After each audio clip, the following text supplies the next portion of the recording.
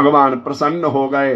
भगवान ने कहा जाओ राजा बलि, आज से मैं पाताल लोक का राजा तुम्हें घोषित कर देता। उस दिन से पाताल लोक में केवल दैत्यों का राज्य है और किसी का राज्य नहीं हुआ। पाताल में आज भी जो है राजा बलि रहते हैं। राजा बलि ने कहा प्रभु मेरी बस एक ही आकांक्षा है। क्या आकांक्षा है, क्या कामना है? बोले प्रभु आप मुझे कुछ देना चाहते तो बस एक ही चीज दीजिए। क्या? बोले मैं नित्य जो है आपका इस वामन स्वरूप का दर्शन करता रहूं। जब भी मैं अपने घर से निकलूं ना तो आपके दर्शन करने के बाद ही निकलूं। भगवान ने कहा तो मुझे चौकीदार बना रहे हो तुम, पता नहीं कब तुम घर में जाओगे, कब तुम घर से बाहर आओगे, तब तक मैं जो है चौकीदार बना खड़ा रहूं। आज भी राजा बलि के यहां वामन भगवान चौकीदार बन के खड़े हैं। क्यों? क्योंकि राजा बलि जब जाते हैं तो दर्शन देते हैं, जब आते हैं तब दर्शन देते हैं। अब सोचे क्या करें। राजा बलि को जो है अब जब काफी समय बीत गया, लक्ष्मी जी महारानी परेशान हो गई कि भगवान गए कहां, आ क्यों नहीं रहे। लक्ष्मी जी ने देखा तो भगवान वामन रूप धारण करके राजा बलि के यहां है। तो लक्ष्मी जी भी समुद्र की बेटी है। लक्ष्मी जी समुद्र की बेटी है, पाताल लोक से आई है। लक्ष्मी जी ने जो है राजा बलि को अपना भाई मान लिया और जाकर के रक्षाबंधन पर राखी बांधी और बोली भैया आप मेरी रक्षा करो। ये न बद्धो बलि राजा दानवेंद्रो महाबल तेन त्वाम प्रदवदनामी रक्षे माचल माचल। आज भी जो है भाई बहन की रक्षा करता है। आप मेरी रक्षा करिए। क्या हुआ बहन? मेरे पति आपके यहां है, कृपा करके अब आपको मैंने राखी बांधा, मेरे पति को मुक्त करिए। तब जो है भगवान राजा बलि के यहां से मुक्त हुए। एक रूप में आज भी भगवान वहीं पर विराजमान है, एक रूप में भगवान जो है आकर के और यहां पर पहुंचे। सत्यव्रत की आकांक्षा के लिए एक राजा सत्यव्रत थे। वह जो है नित्य जो है जाया करते थे स्नान करने के लिए। भगवान मत्स्यावतार रूप धारण कर करके और उनको जो है दर्शन दिए हैं। समुद्र प्रलयंकारी समुद्र में डूब गया है। भगवान का 9वें स्कंद में भगवान राम के चरित्रों का जो है कथा होता है। लेकिन भगवान राम के चरित्र हम सब लोग राम कथा जब होगा जो है शेरी में तो वहां पर राम जी के चरित्रों को सुनाया जाएगा। इसलिए राम कथा को हम लोग यहीं पर प्रणाम करते हैं और शेरी में राम कथा श्रवण किया जाएगा। आज हम लोग भगवान के पावन जन्मोत्सव की कथा का जो है आनंद लेंगे। इसलिए आइए हम सब लोग भगवान के चंद्र वंश में चलते हैं, जहां पर भगवान श्री कृष्ण का जो है पावन वंश है। चंद्र वंश का जो है हम सब लोग पावन दिव्य कथा का रस स्वादन करते हैं। चंद्र वंश में जो है सूर्य वंश भगवान सूर्य से और चंद्र वंश भगवान चंद्रमा से। कहते हैं राम कृष्ण तो एक हैं, अंतर नहीं निमेष, इनके नयन गंभीर हैं, उनके चपल विशेष। राम जी के चरित्र को सुनने के बाद ही कृष्ण चरित्र जो है ध्यान लगता है। क्यों? क्योंकि कृष्ण चरित्र में जो है चंचलता है, चपलता है, लेकिन राम जी के चरित्र में गंभीरता है। राम जी का चरित्र मर्यादा में सुना जाता है, लेकिन कृष्ण जी का चरित्र प्रसन्न होकर के सुना जाता है।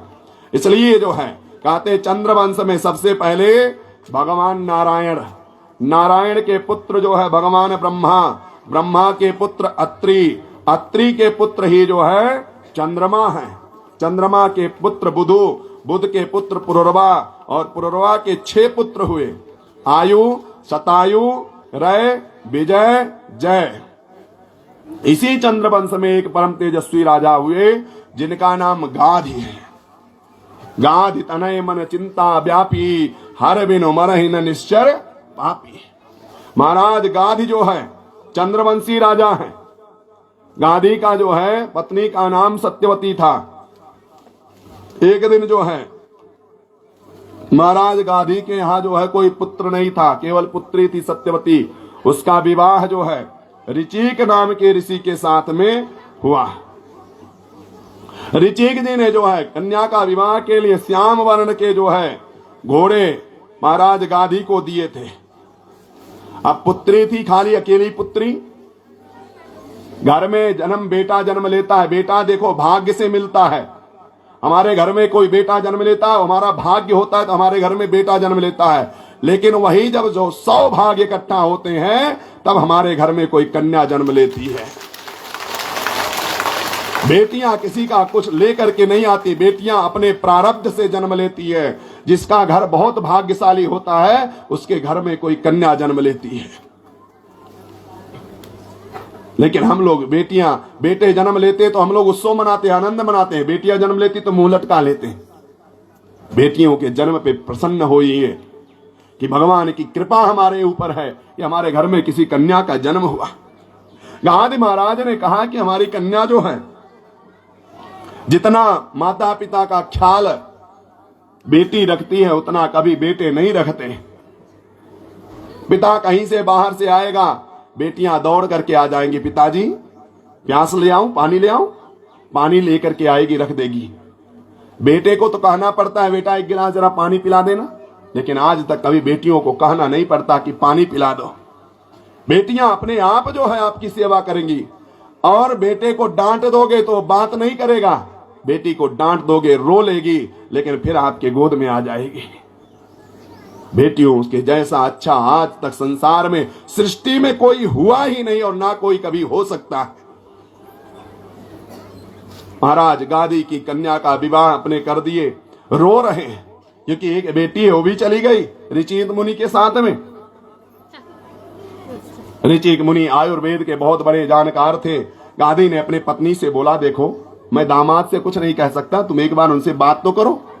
आयुर्वेद के डॉक्टर हैं, शायद कोई बात बन जाए, कोई ऐसी औषधि बना दे जिससे हमको पुनः इस अवस्था में जो है पुत्र मिल जाए। माता जी ने बात किया जो है, ऋचिक मुनि ने औषधि बनाई। औषधि 2 प्रकार की बनाई, एक तो अपने पत्नी के लिए बनाई और एक अपने सासू मां के लिए बनाई। औषधि बना करके रख लिया, बोले कल जो है इसको दे देंगे। लेकिन औषधि क्या हुआ, जिसको सासू के लिए बनाई थी उसको पत्नी ने खा लिया, जो पत्नी के लिए था उसको सासू मां ने खा लिया, जिसके कारण से जो पुत्र हुआ, महाराज गांधी क्षत्रिय हुए, लेकिन क्षत्रिय होते हुए भी उनके घर में जो बालक जन्म लिया वह ब्राह्मण हुआ, जिसका नाम विश्वामित्र हुआ। विश्वामित्र महामुनि ज्ञानी। और ऋचिक मुनि के यहाँ जो पुत्र हुआ वह ब्राह्मण होते हुए जमदग्नि की पत्नी जो है जमदग्नि जी हुए। उन्हीं महाराज जमदग्नि की पत्नी रेणुका हुए, जिनके छोटे पुत्र का नाम परशुराम था, जो पिता की आज्ञा से जो है। ऐसे ही गादी के वंश में आगे जो है आती आती संजाति कृति हुए। इन्हीं में अर्जन्य पर्जन्य नाम के जो है 2 राजा हुए। यदु के पुत्र जो है देवमीड़ हुए। देवमीड़ से ही सूरसेन आदि जो है, सूरसेन के 9 नंद कहलाए गए। नंद जी गोकुल में रहते हैं और महाराज सूरसेन जो है मथुरा में रहते हैं। सूरसेन महाराज की 7 पत्नियां हैं, कौरवी, रोहिणी, भद्रा, मंद्रा, रोचना, इला, देवकी, ये सब आदि जो है। आइए हम सब लोग जो है भाव से मथुरा चले। मथुरा के परम प्रतापी राजा महाराज आहुक हैं। आहुक के कन्या का नाम आहुकी है। आहुकी से जो है एक कन्या से जो है आहुक के ही पुत्र देवक हैं और जो है उग्रसेन हैं। आहुकी के जो है एक ही कन्या हुई जिसका नाम देवकी है। महाराज उग्रसेन जो है मथुरा के परम यशस्वी राजा बनाए गए। सुंदर मथुरा जो है बहुत सुंदर नगरी है। मथुरा माधुर्य को कहते हैं, मथुरा प्रेम को कहते हैं, मथुरा प्रसन्नता को कहते हैं। मथुरा में जितने भी लोग हैं सब प्रसन्न चित्त रहते हैं। महाराज किसी प्रकार की कोई कमी नहीं है।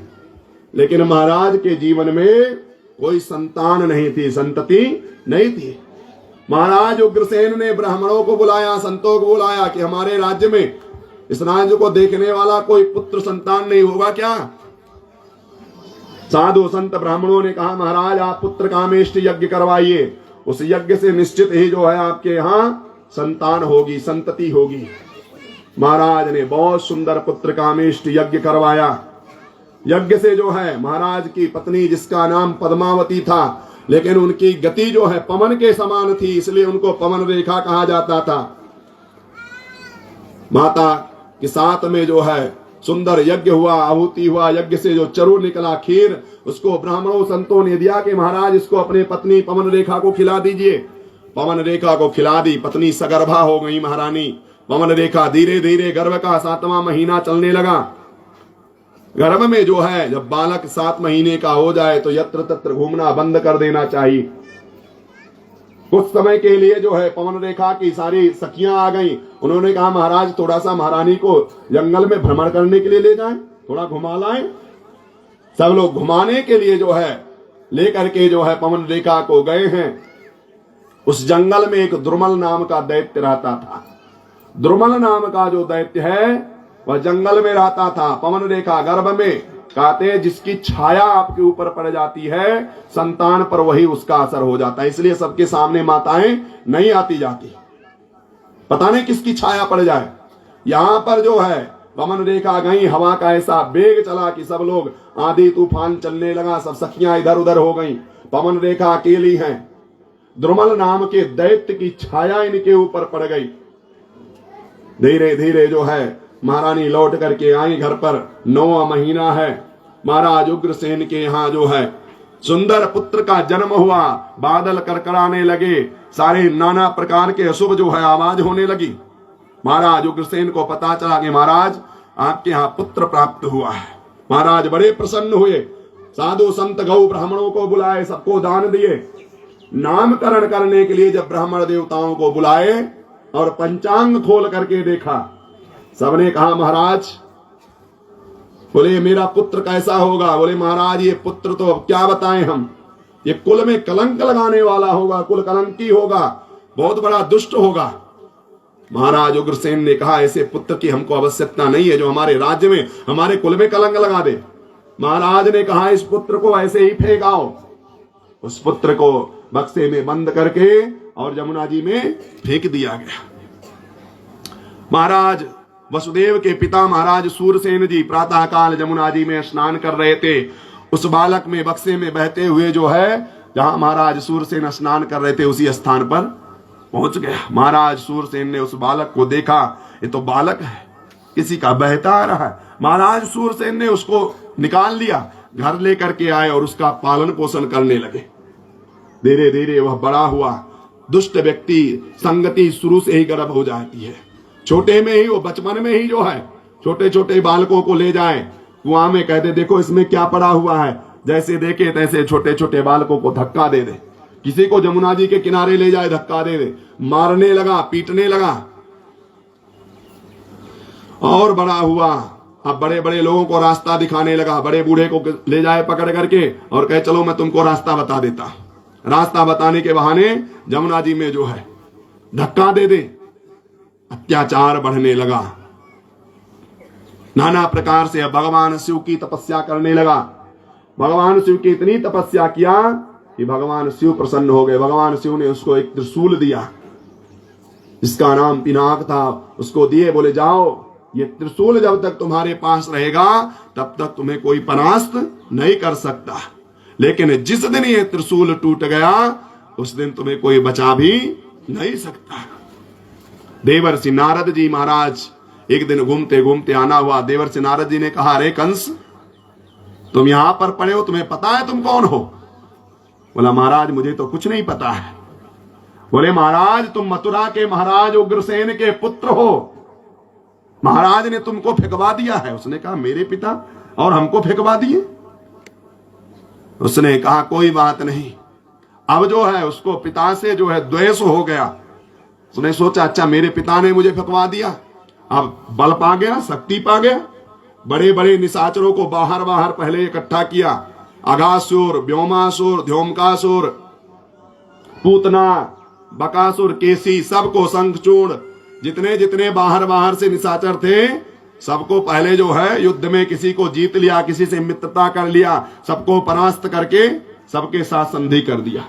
उसके बाद में मथुरा पे ही आक्रमण कर दिया, अपने घर पे ही मथुरा पे आक्रमण किया। पिताजी के पास में पहुंचा, बोला पिताजी आज तक मैंने जो है जेल नहीं देखा, जरा मुझे जेल दिखा दीजिए। महाराज ने कहा चलो दिखा देता हूं जेल, जेल कौन सी बड़ी बात है, चलो मथुरा का जेल देख लो। महाराज मथुरा का जेल दिखाने के लिए ले गए, कैदियों को दिखाने के लिए ले गए। अब कैदी को दिखाने के लिए जेल में महाराज उग्रसेन लेकर के गए। जैसे ही गेट खोले तो महाराज उग्रसेन को ही अंदर कर दिया और बाहर से ताला मार दिया। स्वयं आकर के सिंहासन पर बैठ गया। बोला आज से मथुरा का राजा मैं हूं। प्रजा तो डहरी सहमी थी, जितने सैनिक थे सबने, जो उनके अनुयायी थे, सबको मार के भगा दिए।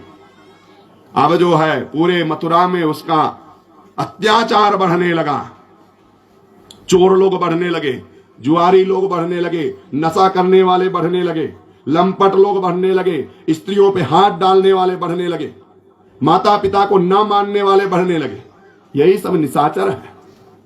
बाढ़े कल बहु चोर जुआरा, बाढ़े कल बहु चोर जुआरा, दे लंपट पर धन पर दारा, दे लंपट पर धन पर दारा, बाढ़े कल बहु चोर जुआरा, बाढ़े कल बहु चोर जुआरा, दे लंपट पर धन पर दारा, दे लंपट पर धन पर दारा, मां नहीं मात पिता नहीं देवा, मां नहीं मात पिता नहीं देवा,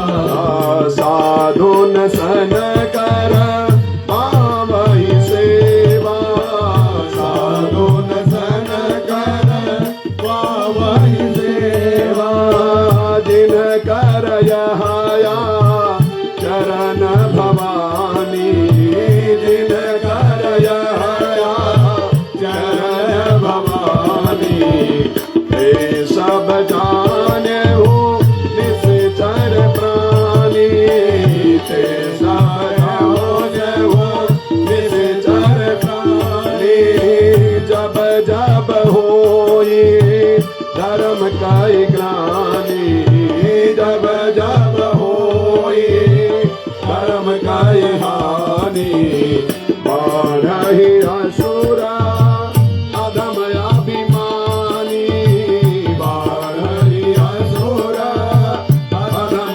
अभिमानी, तब तब प्रभु धरि विविध शरीरा, तब तब प्रभु धरि विविध शरीरा, हरहि कृपा निधि सज्जन पीरा, हरहि कृपा निधि सज्जन पीरा, हरे राम राम राम हरे हरे, हरे राम राम राम हरे हरे, हरे कृष्ण कृष्ण कृष्ण हरे हरे, हरे कृष्ण कृष्ण कृष्ण हरे हरे, बाढ़े कल बहु चोर जुआरा, जेलम पट पर धन पर दारा, मां नहीं मात पिता नहीं देवा, साधुन सन करवा मही सेवा, जिनकर यह आचरण भवानी, ते सब जानो निश्चर पानी। यही सब लोग निशाचर हैं, जो माता पिता को ना माने, देवता को ना माने, साधु संतों को ना माने, लंपट हो, जुआरी हो, दूसरे के धन को देख करके अपना मानने लगे, दूसरे की स्त्री का हरण करने लगे। जब ऐसा अत्याचार, अनाचार, दुराचार, पापाचार बढ़ जाता है पृथ्वी पर, धर्म की हानि होने लगती है, अधर्म बढ़ने लगता है, तब जो है भगवान नाना प्रकार से रूप लेकर के और अपने भक्तों के कष्टों को दूर करते हैं। अब आप सब जितने श्रद्धा से, भक्ति से, भावना से बुलाओगे, उतने जल्दी भगवान बाहर निकल करके आएंगे। जितने जल्दी प्रार्थना कर लोगे उतने जल्दी भगवान आ जाएंगे। प्रार्थना में देर होगा तो फिर भगवान है, भगवान हमारे आपके बस में नहीं है। हम आप तो परीक्षा से आते हैं, दूसरे की इच्छा से आते हैं, लेकिन भगवान अपनी इच्छा से आते हैं। निज इच्छा निर्मित तनु माया गुल गोपान। समय क्या करेगा? भगवान में समय थोड़ी है, समय के बंधन में नहीं है भगवान। भगवान किसी बंधन में नहीं है, इसलिए भगवान की प्रार्थना करो कि प्रभु जल्दी आ जाए। तो जल्दी प्रसाद मिल जाएगा। तो हम सब जैसे प्रार्थना करेंगे, जब पृथ्वी पर अधर्म बढ़ जाता है, अत्याचार अनाचार बढ़ जाता है, तब पृथ्वी भयभीत हो जाती है। पृथ्वी क्या करती है? फिर गौ का रूप धारण कर लेती है। पृथ्वी माता आज जो है कंस के अत्याचार से इतना भयभीत हो गई कि गौ का रूप धारण करके और संतों के पास में आ गई, ऋषियों के पास में आ गई। बोले महाराज यज्ञ नहीं हो रहा, धर्म नहीं हो रहा, अनुष्ठान नहीं हो रहा, पूजा नहीं हो रही, कथा नहीं हो रही, हम अब नहीं रहेंगे पृथ्वी पर, हम तो जा रहे हैं, पाताल लोक में चली जाऊंगी। सबने कहा देवी चिंता मत करो, चलो जो है चल करके जो है भगवान को खोजते हैं, दूसरे से प्रार्थना करते हैं। सारे लोग जो है मिलकर के ऋषि संत लोग कहां गए? देवता के पास में गए। देवता की सबने स्तुति किया। सुर नर मुनि गंधर्वा सुरकर सर्वा गए विरंच के लोका, सब ब्रह्मा के देवता लोग गए। देवताओं ने कहा देवी मैं कुछ नहीं कर सकता हूं, कहां जाएं? फिर बोले सब ब्रह्मा के पास में चलो। ब्रह्मा जी के पास में गए। ब्रह्मा जी ने कहा कि देवी ऐसा करो, मैं भी कुछ नहीं जानता, कहां चले? बोले सब शंकर जी के पास में चलो। सब लोग शंकर जी के पास में गए। शंकर जी ने कहा जिसके तुम दास हो उसी का दास मैं भी हूं, मैं भी कुछ नहीं कर सकता। फिर कहां चले? बोले भगवान के पास में चलो। भगवान कहां मिलेंगे? भगवान शिव ने कहा भगवान को खोजने जाने की कहीं आवश्यकता नहीं है, जहां पर हो वहीं पर बैठ करके भगवान को पुकारोगे, भगवान आ जाएंगे। हरि व्यापक सर्वत्र समाना प्रेम ते प्रगट होई मैं जाना। भगवान शिव ने कहा प्रेम से भगवान प्रकट हो जाते हैं, कहीं जाने की आवश्यकता नहीं है। सारे लोग मिलकर के जो है बहुत सुंदर स्तुति किए हैं भगवान की। भगवान स्तुति से प्रसन्न हुए। भगवान ने कहा कि तुम लोग चिंता मत करो।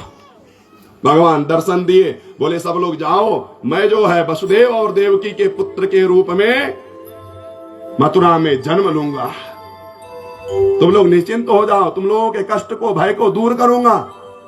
अब जैसे भगवान का आश्वासन मिला तैसे सब देवता लोग जाने लगे। सब जाने लगे तो ब्रह्मा जी ने डांट करके कहा कहां जा रहे हो? बोले अब क्या भगवान आएंगे, हमारे कष्ट दूर हो जाएंगे, हमें करना क्या है? हम लोग भी तो ये होता है ना, हमारे कष्ट दूर हो जाए तो हम तो कुछ करना नहीं चाहते।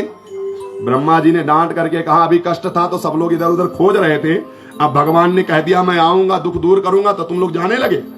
किसी को कहीं नहीं जाना है। फिर बोले सब लोग जाओ और ब्रज में जाकर के कोई ग्वाल बन जाओ, कोई गऊ बन जाओ, कोई पेड़ बन जाओ, कोई पाषाण बन जाओ, कोई पत्थर बन जाओ, सब जाओ ब्रज में।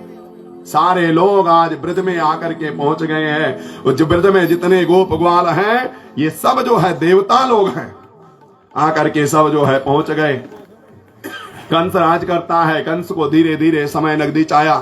कंस के जो है एक बहन है महाराज देवक की जो कन्या है जिसका नाम देवकी है।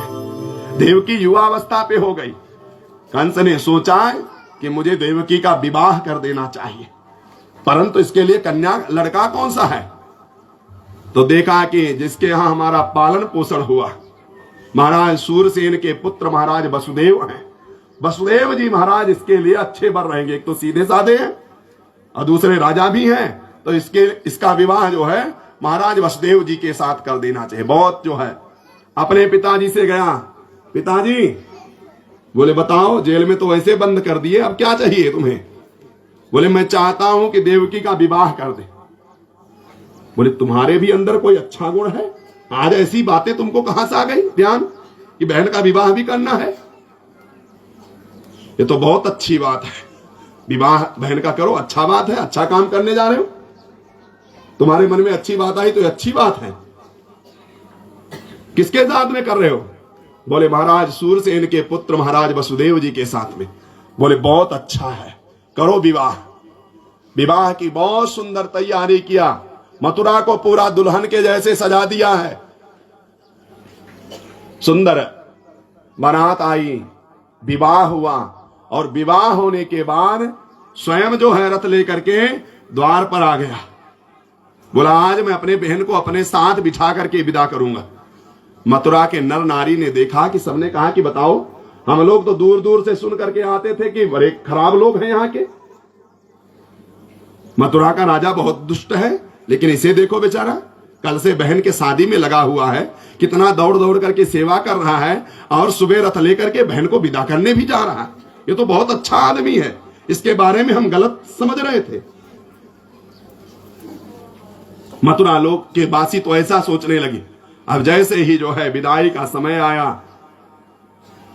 देवकी को रथ में बिठा करके, और जैसे ही थोड़ी दूर पर घर से निकला ही था, रथ अभी घर से बाहर भी नहीं गया, तुरंत जो है आकाशवाणी हुई, एक अंश जिस बहन को इतनी श्रद्धा से तू बैठा करके रथ में लेकर के जा रहा है, इसका 8वां गर्भ तुम्हारा काल होगा, काल होगा, काल होगा। जैसे सुना कि 8वां गर्भ इसका मेरा काल होगा, उसने तुरंत जो है रथ का लगाम छोड़ दिया। जिस हाथ से रथ का लगाम पकड़ रखा था, उस हाथ से देवकी के केस पकड़ लिया, तलवार निकाल लिया। मैं इसको मार दूंगा, ना रहेगा बांस, ना बजेगी बांसुरी, यही नहीं रहेगी तो 8वां गर्भ कहां से आएगा। मारने के लिए तुरंत तलवार निकाल लिया। वो पति क्या जो पत्नी की रक्षा ना कर सके। महाराज वसुदेव ने तुरंत हाथ पकड़ लिया। महाराज क्या कर रहे हो? बोला तुमने आकाशवाणी को सुना नहीं, इसका 8वां गर्भ मेरा काल होगा। बोले महाराज सुनाई तो मुझे दिया है, लेकिन आप जैसा वीर एक अबला पे हत्या कर करके अपने जीवन पे कलंक लगाओगे, एक नारी का वध करोगे। अरे तुम राजा हो, वीर हो तो युद्ध करते, किसी और को मारते। नारी को मारना ठीक नहीं है। और तुम्हें देवकी से तो कोई भय नहीं है ना? बोला नहीं, मुझे देवकी से कोई भय नहीं है। फिर देवकी के 8वें गर्भ से भय है ना? बोला हाँ। बोले मैं वचन देता हूं कि देवकी के गर्भ से जितने भी बालक जन्म लेंगे, मैं उसको लाके आपको सौंप दूंगा। वसुदेव जी महाराज सत्यवादी राजा हरिश्चंद्र के बाद दूसरे ऐसे राजा थे जो सत्य बोलते थे। उसने कहा वसुदेव जी कभी झूठ नहीं बोल सकते। बोला ठीक है, मैं आपके कहने से जो है छोड़ देता हूं, लेकिन आपको हमारे यहां बंदी रहना पड़ेगा। बोले ठीक है, प्राण तो बच रहे हैं पत्नी के, साथ में चाहे जैसे रह लेंगे, बंदी गृह में बंधन में पड़े हुए हैं। वसुदेव जी महाराज देवकी के साथ बंधन में हैं, बंदी गृह में पड़े हुए, हाथ में हथकड़ी है, पैरों में बेड़ियां हैं, फिर भी भगवान का भजन करते हैं, चिंतन करते हैं। हमारे और आपके हाथ में हथकड़ी भी नहीं है, पैरों में बेड़ी भी नहीं है, भगवान के वसुदेव देवकी के जैसा कष्ट भी नहीं है, फिर भी हम भगवान का भजन नहीं करते तो भगवान नहीं आते। उनके हाथों में हथकड़ी है, पैरों में बेड़ी है, भगवान का भजन करते हैं तो भगवान जेल में भी उनको मिल जाते हैं। इसलिए भाव से भगवान का भजन करिए।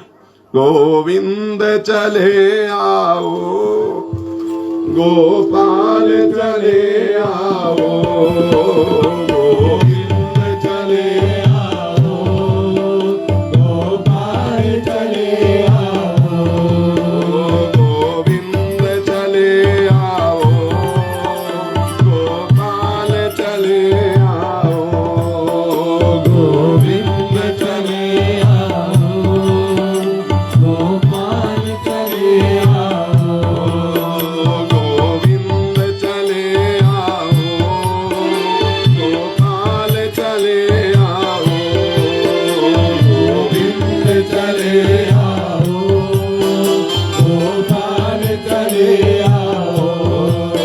हे मुरलीधर माधव नंदलाल चले आओ, हे मुरलीधर माधव नंदलाल चले आओ, हे मुरलीधर माधव नंदलाल चले आओ, हे मुरलीधर माधव नंदलाल चले आओ, गोविंद चले आओ, गोपाल चले आओ, गोविंद चले आओ, गोपाल चले आओ, गोविंद चले आओ, गोपाल चले आओ, गोविंद चले आओ,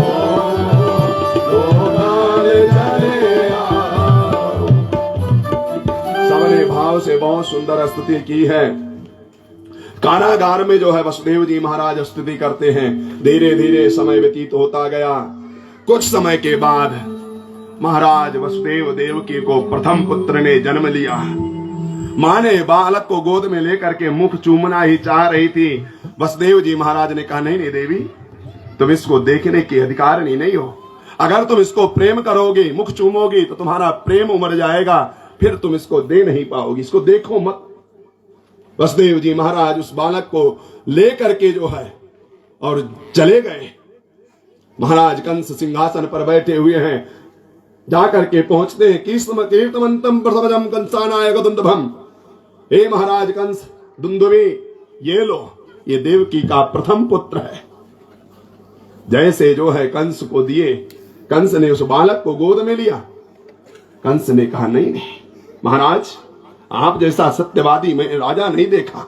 अपने बालक के जीवन को लोग बचाने थे हैं, आप लेकर के आ गए। तुरंत जो है बोला, नहीं नहीं, इससे मुझे कोई भय नहीं है, मुझे तो देवकी के 8वें गर्भ से कष्ट है ना, ले जाओ इसको। महाराज बड़े प्रेम पूर्वक उसको लेकर के मुख चूमे लेके जाने ही लगे, तैसे जो है देवर्षि नारद जी आ गए। नारद जी का बड़ा स्वागत कंस ने किया। नारद जी ने कहा, महाराज और बताओ क्या हाल है, सब समाचार ठीक है? बोले महाराज सब समाचार ठीक है, बस एक गड़बड़ी हुआ। क्या हुआ? बोले अभी महाराज जो है वसुदेव जी आए हुए थे पहले पुत्र को लेकर के, और मैंने जो है देवकी के 8वें गर्भ से मुझे भय, मैंने तो उसको छोड़ दिया। तुरंत जो है नारद जी अष्टकमल बनाए, अष्टकमल बना करके और बोले महाराज इसको गिनती करो। अब 1 2 3 4 5 6 7 8, बोले इधर से गिनती करो, इधर से गिनती किए, फिर 8, बोले जहां से चाहो वहां से गिनती कर लो, जिधर से गिनती कर रहे हो उधर से 8। बोले महाराज तुम बड़े भोले भाले हो, देवताओं के छल को नहीं जानते, ये कब 8वां को पहला बना दे, कब पहले को 8वां बना दे, कोई नहीं जानता। बोला महाराज बड़ी कृपा किए जो आप समय से आ जाए, नहीं आज तो मैं चूक जाता। तुरंत सैनिकों को भेजा, जाओ बुला करके लाओ वसुदेव को। बुला करके लेकर के आया, तुरंत जो है वसुदेव जी महाराज तुरंत बुला के लाए, उस बालक को पकड़ करके शिलापट पे पटक दिया, उस बालक का प्राणांत हो गया। ऐसे ऐसे कर करके देवकी के 6 पुत्रों को मार दिया। 7वां पुत्र स्वयं जो है शेषावतार लखनलाल जी महाराज आने वाले हैं। अब जब शेषावतार लखनलाल जी आने वाले हैं तो भगवान को चिंता हो गई। क्यों? क्योंकि लक्ष्मण जी आने वाले हैं। भगवान चिंतित हो गए, दुखी हो गए कि ऐसा ना हो कंस इनके साथ कुछ करे। भगवान तुरंत ही योग माया को आदेश दिए, हे योग माया तुम जाओ और जाकर के पूरे ब्रजमंडल में घेर लो। योग माया ने कहा प्रभु जैसी आपकी आज्ञा। योग माया ने आकर के पूरे ब्रज में अपना प्रभाव दिखाए। या देवी सर्वभूतेषु माया रूपेण संस्थिता नमस्तस्यै नमस्तस्यै नमस्तस्यै नमो नमः। आज भगवान शेषावतार लखनलाल जी आ रहे हैं। पहले जो है अभी क्यों बड़े होकर के क्यों आ रहे हैं? रामावतार में भगवान जो है लखनलाल जी छोटे थे, तो भगवान जब राम जी के वन में सेवा करते थे ना, तो भगवान कहते थे जाओ अच्छा लक्ष्मण अब सो जाओ। लखनलाल जी कहते नहीं नहीं प्रभु अभी और मुझे सेवा करना है। तो डांट के कहते थे बड़ा मैं हूं कि तू है, जाओ मैं कह रहा हूं ना कि जा करके आराम करो। तो लखनलाल जी कुछ बोल नहीं पाते थे, चले जाते थे। बोले अच्छा इस बार जो है छोटा हूं इसलिए कह रहे हो ना, डांट रहे हो, तुम्हारी बात मानना पड़ रहा, अगली बार बड़ा बन के आता हूं फिर तुम्हारी सेवा करूंगा, फिर देखना कैसे डांटोगे, क्योंकि बड़े भैया की बात तो टाल नहीं सकते। तो अब की बार जो है लखनलाल जी बड़ा बन के आ रहे हैं, शेषावतार बड़े आ रहे हैं। भगवान चिंतित हो गए।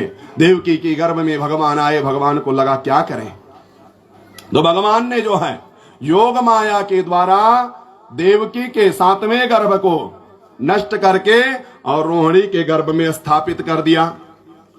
यहां पर जो है देख करके जो है कंस को पता चला महाराज देवकी का 7वां गर्भ नष्ट हो गया।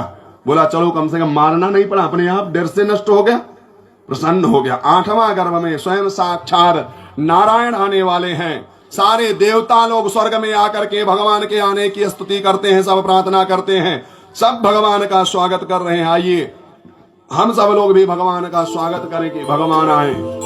स्वागतम कृष्ण स्वागतम कृष्ण स्वागतम कृष्ण स्वागतम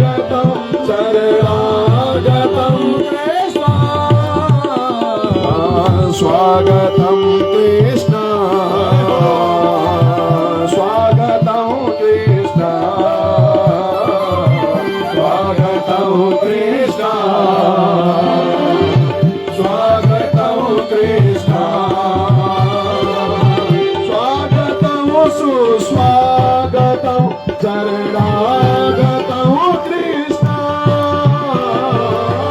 स्वागतं सुस्वागतं शरणागतं कृष्ण स्वागतं कृष्ण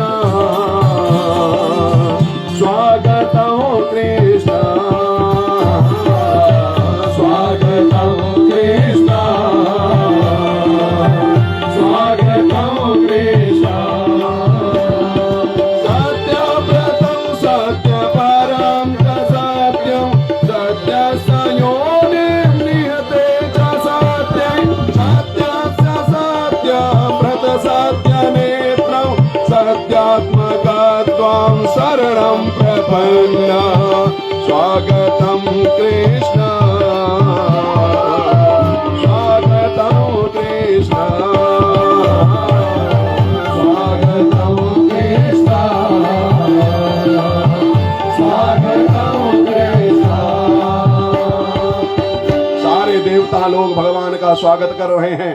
इतने जोर से देवताओं ने स्तुति की कि आज जो है धीरे धीरे माँ के कुक्ष में दिव्य तेज जो है, माँ का प्रकाश ऐसा बढ़ रहा है गर्भ का कि पूरा जो है कारागार उजाला हो जा रहा है। सारे लोग भय से व्याकुल हैं कि इतना दिव्य तेज कौन आने वाला है।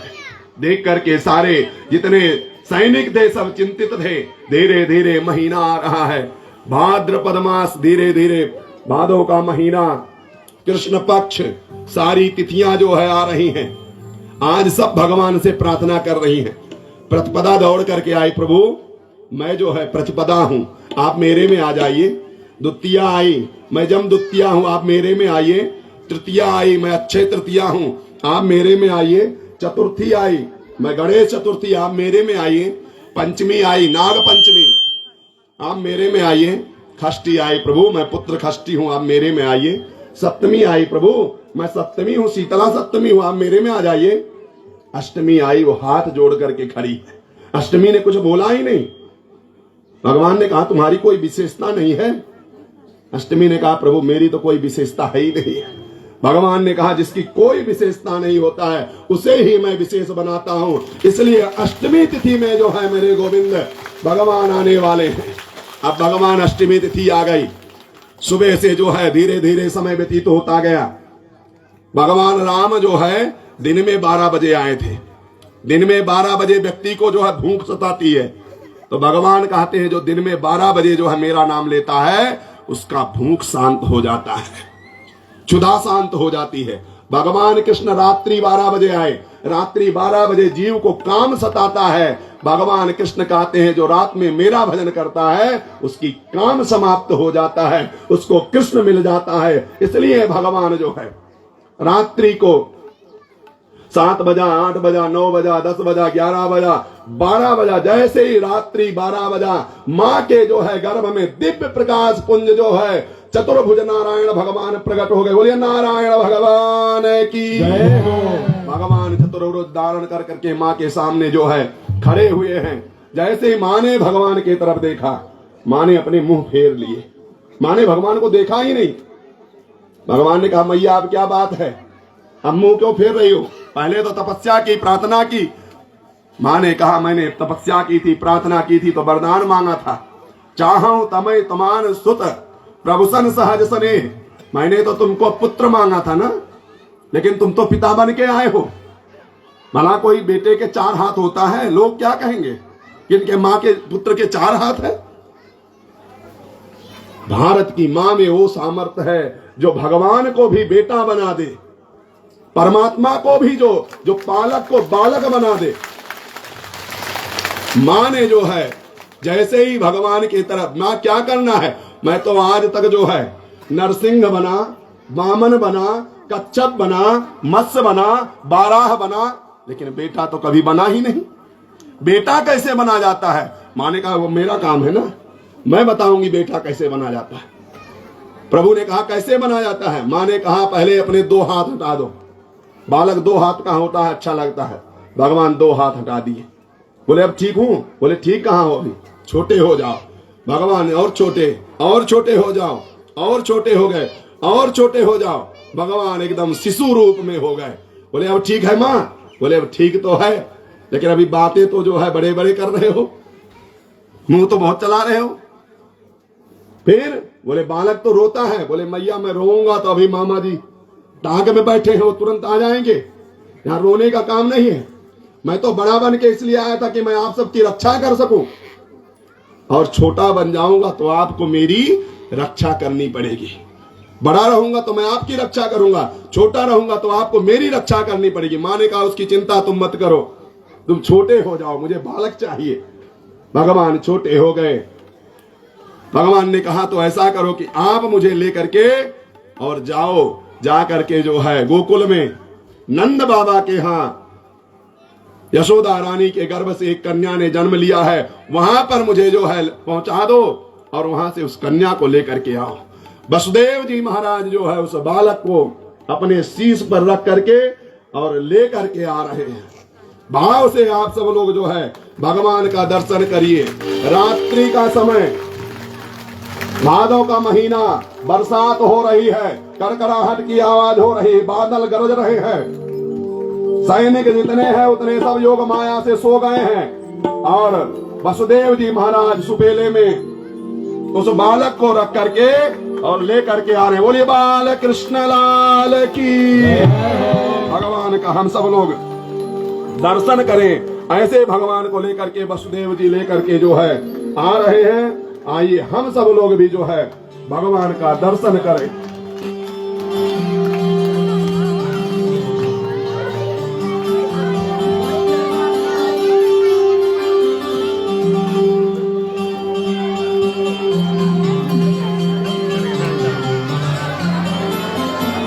तेरी गोद में आयो लाल, बधाई दे देरी मैया।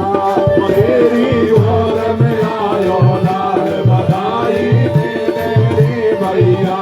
बधाई दे देरी मैया, बधाई दे देरी मैया। बधाई दे देरी मैया, बधाई दे देरी मैया। तेरी गोद में आयो लाल, बधाई दे देरी मैया। तेरी गोद में आयो लाल, बधाई दे देरी मैया। अच्छा, बालक का जन्म होता है तो आप लोग ऐसे खुशियां मनाते हो। बालक के जन्म में क्या करना है? नाचो गाओ खुशियां मनाओ। इसलिए जो है जो ताली बजा सकते हो ताली बजाओ, नहीं तो नाच करके आनंद लो। और तेरी गोद में आयो लाल, बधाई दे देरी मैया।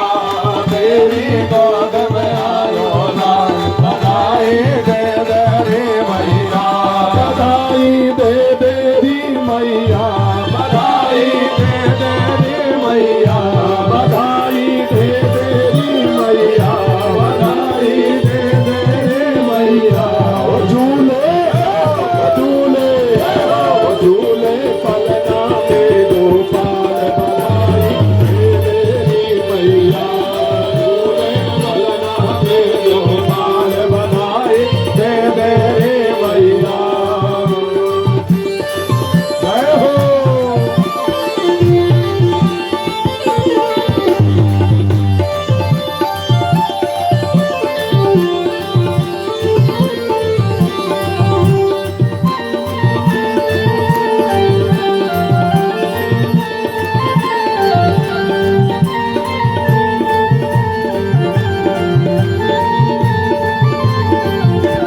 नाच नाच के गावे बधाई, नाच नाच के गावे बधाई। नाच नाच के गावे बधाई, नाच नाच के गावे बधाई। बजे ढोल और ताल, बजे ढोल और ताल। दे दे हमको सुनरी पायल, दे दे हमको सुनरी पायल और मोतियन की माँ।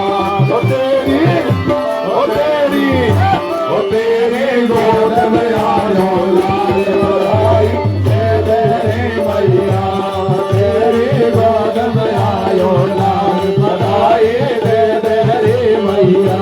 बधैया बाजे आंगने में, बधैया बाजे आंगने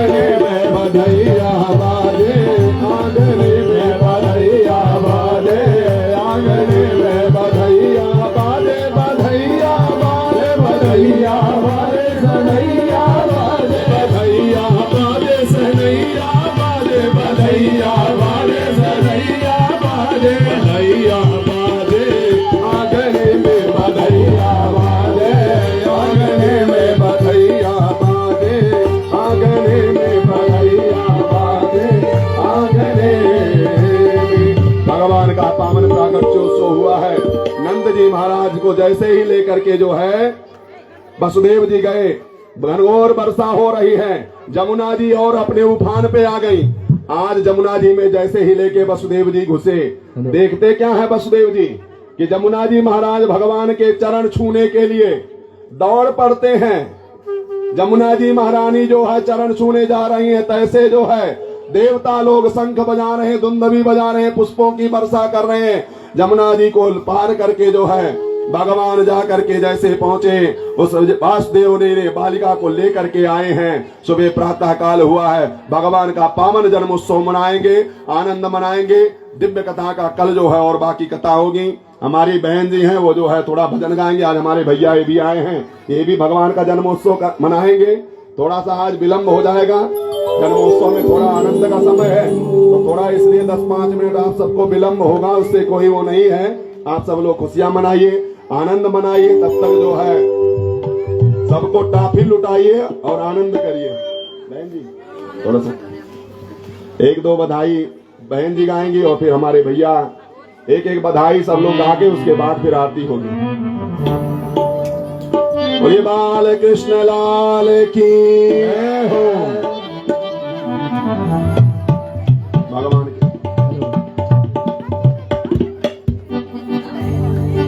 नहीं हो रहा, अब खेलेगा कोई बात नहीं, खेलने दो।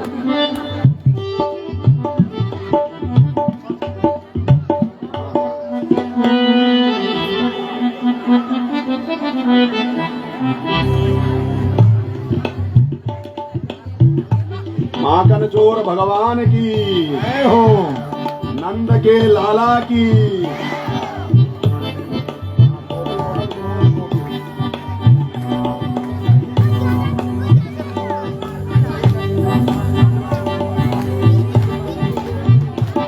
अभी बाद में इसको बाद में बताइए।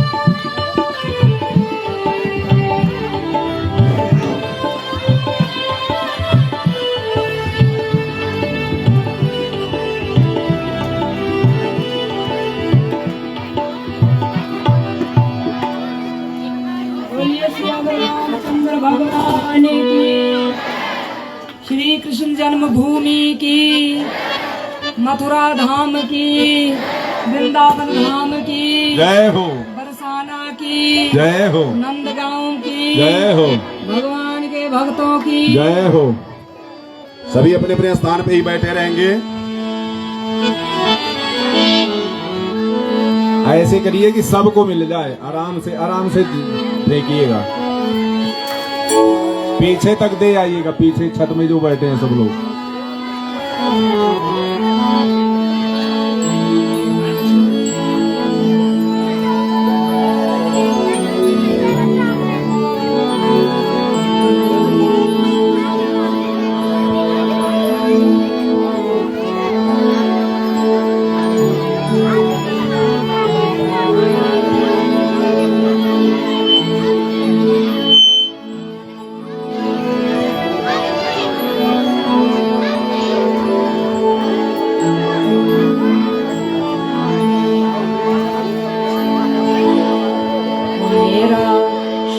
बरज बिच आया फिर बज रहा बंसुरिया मेरा, शाम बरज बिच आया फिर बज रहा बंसुरिया, शाम बरज बिच आया फिर बज रहा बंसुरिया मेरा, शाम बरज बिच आया फिर बज रहा बंसुरिया। बज रहा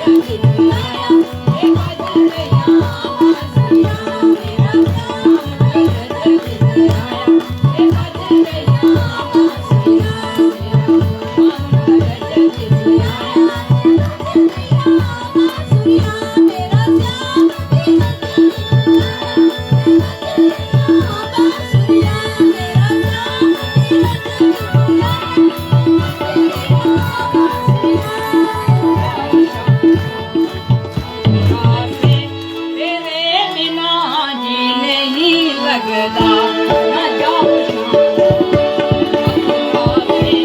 तेरे बिना जी नहीं